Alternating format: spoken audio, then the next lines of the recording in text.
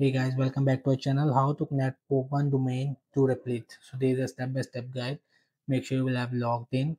And if I just search for a shop on this search bar, shop.com,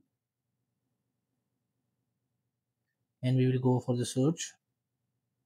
So right now I don't have domain because I don't have buy a subscription of Porkbun.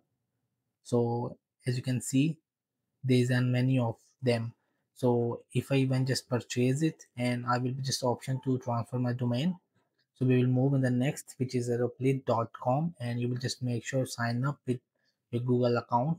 And after, if I just tap on it, the publish tab with the left, so this is, I will just tap on it to show you how to add your domain in this customize. So right now you will just have to go, and when you just buy the domain right over here, you will just have to copy it like that, and you will just have to purchase it here. And before purchase, it will says that upgrade your plan to publish. So when you just put it and just get to the publish, so it will be just add a Porkbun domain to the plate. So that's it. Thank you so much for watching.